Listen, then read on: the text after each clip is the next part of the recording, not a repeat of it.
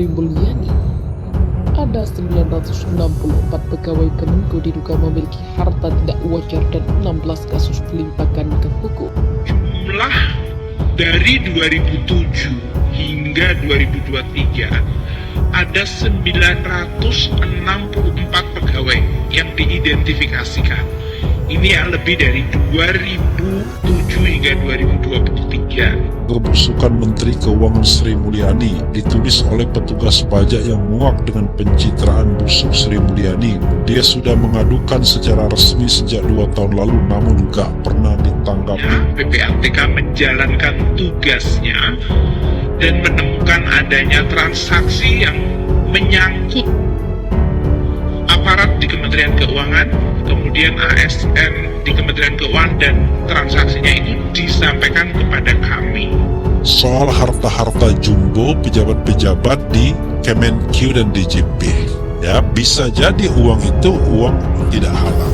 Karena kecenderungan orang kalau mendapatkan uang banyak mau pamer dia, baik uang halal maupun apalagi uang haram. Itu yang harus kita pahami. Karena itu, ini harus menjadi reformasi rangkap jabatan.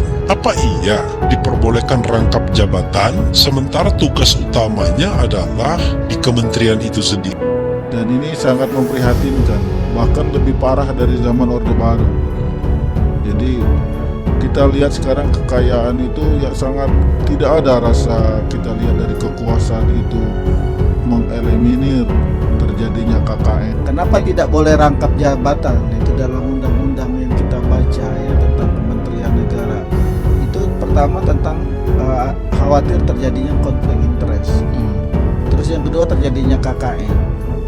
Jadi kalau kita lihat hampir semua dirjen atau pejabat eselon 1 di Kementerian Keuangan jadi komisaris. Problemnya bukan pada pengawasan, problemnya pada kepemimpinan Sri Mulyani sendiri itu. Jadi siapapun yang ditaruh di situ itu nggak akan nyelesain soal. Soalnya adalah lembaga ini, Dirjen Pajak ini dan Pengadilan Pajak yang masih dipegang Departemen Keuangan itu jadi sumber tukar tambah tuh, dan nggak mungkin diawasi oleh LSM atau orang yang sekedar punya kapasitas untuk memberi kuliah pada Sri Mulyani. Kan mestinya lakukan perubahan struktural, pindahkan likuidasi itu institusi pajak itu pindah ke Mahkamah Agung kan. Iya, itu intinya begitu. Jadi kalau Sri Mulyani masih anggap bahwa dia bisa kendalikan, ya nggak mungkin, karena Sri Mulyani udah cacat secara moral, kan itu intinya kan.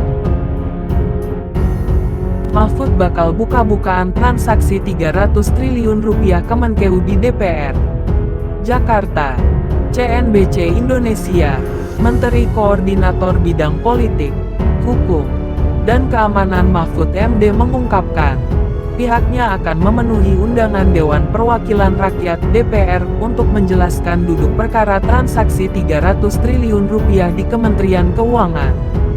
Dalam akun resmi Twitternya, Mahfud mengatakan, dirinya sudah tiba di Jakarta setelah melakukan pertemuan bilateral dan multilateral di Melbourne, dan bersedia datang ke DPR menjelaskan secara lengkap terkait laporan dari Pusat Pelaporan Analisis dan Transaksi Keuangan (PPATK). Saya siap memenuhi undangan DPR untuk menjelaskan dan menunjukkan daftar dugaan pencucian uang 300 triliun rupiah di Kemenkeu. Masalah ini memang lebih fair dibuka di DPR. Saya tidak bercanda tentang ini, jelas Mahfud dalam akun Twitter resminya @mohmahfud. Mahfud menjelaskan, dirinya dan PPATK tidak mengubah statemen atau penjelasan, bahwa sejak tahun 2009 PPATK telah menyampaikan info intelijen keuangan ke Kementerian Keuangan, tentang dugaan pencucian uang yang mencapai 300 triliun rupiah. Saya siap dengan data otentik yang akan ditunjukkan kepada DPR. Senin saya standby, menunggu undangan, ujarnya. Saya sarankan, lihat lagi pernyataan terbuka Ketua PPATK Ivan Yustiavandana di Kemenkeu Selasa kemarin. Beliau tidak bilang bahwa info itu bukan korupsi dan bukan pencucian uang. Sama dengan yang saya katakan, Beliau bilang itu bukan korupsi, tapi laporan dugaan pencucian uang yang harus ditindaklanjuti oleh penyidik Kemenkeu. Jelas Mahfud lagi. Seperti diketahui, Ivan datang ke kantor Sri Mulyani pada Selasa tanggal 14 Maret tahun 2023, dan mengatakan bahwa nilai transaksi itu tidak terkait dengan korupsi ataupun tindak pidana pencucian uang. Ivan menjelaskan, dalam UU No. 8 tahun 2010 tentang pencegahan dan pemberantasan tindak pidana pencucian uang, Kemenkeu merupakan salah satu penyidik tindak pidana asal. PPATK wajib melaporkan ketika ada kasus atau transaksi yang mencurigakan yang berkaitan dengan perpajakan, cukai, dan kepabeanan.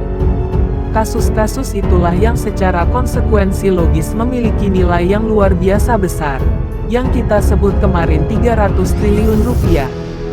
Dalam kerangka itu perlu dipahami, bahwa ini bukan tentang adanya abuse of power atau korupsi yang dilakukan oleh pegawai dari Kementerian Keuangan, jelas Ivan. Tapi ini lebih kepada tugas dan fungsi Kemenkeu yang menangani kasus-kasus tindak pidana asal yang menjadi kewajiban kami. Saat melakukan hasil analisis, kami sampaikan kepada Kementerian Keuangan untuk ditindaklanjuti, kata Ivan lagi.